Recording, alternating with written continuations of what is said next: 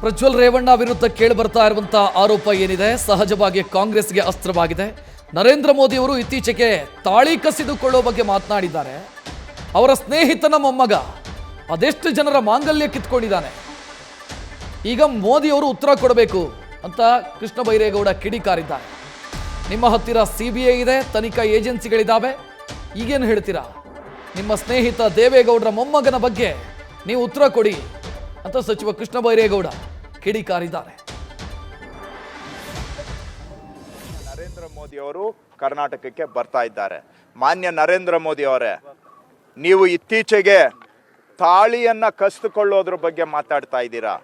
ಇವತ್ತು ಯಾರನ್ನ ನೀವು ಆಲಿಂಗನ ಮಾಡಿದ್ದೀರಿ? ಮಾನ್ಯ ದೇವೇಗೌಡರ ಮೊಮ್ಮಗನೇ ಅದೆಷ್ಟು ಮಹಿಳೆಯರ ತಾಳಿಯನ್ನ ಕಿತ್ಕೊಂಡಿದ್ದಾನೆ?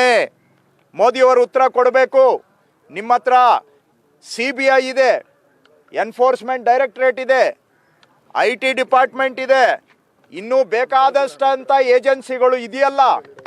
ದೇಶದ ಎಲ್ಲ ಅಪೋಸಿಷನ್ ಲೀಡರ್ಗಳ ಫೋನನ್ನು ಟ್ಯಾಪ್ ಮಾಡಿದ್ದೀರಲ್ಲ ಮೋದಿಯವರೇ. ಇವತ್ತು ನಿಮ್ಮ ಸ್ನೇಹಿತರು ಮಾನ್ಯ HD ದೇವೇಗೌಡರ ಮೊಮ್ಮಗ ಎಷ್ಟು ಮಹಿಳೆಯರ ತಾಳಿಯನ್ನ ಕಿತ್ಕೊಂಡಿದ್ದಾನೆ? ಉತ್ತರ ಕೊಡಬೇಕು ನರೇಂದ್ರ ಮೋದಿ ಅವರು ಇವತ್ತು ಕರ್ನಾಟಕದಲ್ಲಿ. ಹಾಗೂ ಅಂತಹ ತಿಂದ ಮನೆಗೆ, ಊಟ ಕೊಟ್ಟ ಮನೆಗೆ, ಉಂಡ ಮನೆಗೆ ಕನ್ನ ಹಾಕಿದಾರಲ್ಲ BJP ಅವರ ಸ್ನೇಹಿತರಾದಂಥ ಜನತಾದಳದವರು, ಅವರ ಕುಟುಂಬದವರು. ಇದರ ಬಗ್ಗೆ ನರೇಂದ್ರ ಮೋದಿಯವರೇ ನೀವೇನು ಹೇಳ್ತೀರಾ? ಇದೇನಾ ನಿಮಗೆ ಧರ್ಮ ಹೇಳ್ಕೊಟ್ಟಿರೋದು? ಮಹಿಳೆಯರ ಅತ್ಯಾಚಾರ ಮಾಡಿ, ಮಹಿಳೆಯರ ಮಾಂಗಲ್ಯವನ್ನು ಕಿತ್ತುಕೊಳ್ಳಿ, ಸಂಸಾರಗಳನ್ನು ಬೀದಿಗೆ ತಗೊಂಡು ಬನ್ನಿ, ಅವರನ್ನು ಅವಮಾನ ಮಾಡಿ, ಮಹಿಳೆಯರನ್ನು ವಿವಸ್ತ್ರಗೊಳಿಸಿ ವಸ್ತ್ರಾಪರಣ ಮಾಡುವಂಥದ್ದೇನ? ಅದಕ್ಕೇನಾ ನೀವು JDS ಅವ್ರ ಜೊತೆಗೆ ಕೈ ಜೋಡಿಸಿರೋದು? ಹಾಗಾಗಿ ಇದರಲ್ಲಿ ಸಮವಾದಂಥ ಪಾಲು ನರೇಂದ್ರ ಮೋದಿಯವರ ಹತ್ರನೇ ಬಂದು ನಿಲ್ಲುತ್ತೆ. ಮಾನ್ಯ ನರೇಂದ್ರ ಮೋದಿ ಅವರು ಉತ್ತರ ಕೊಡಬೇಕು.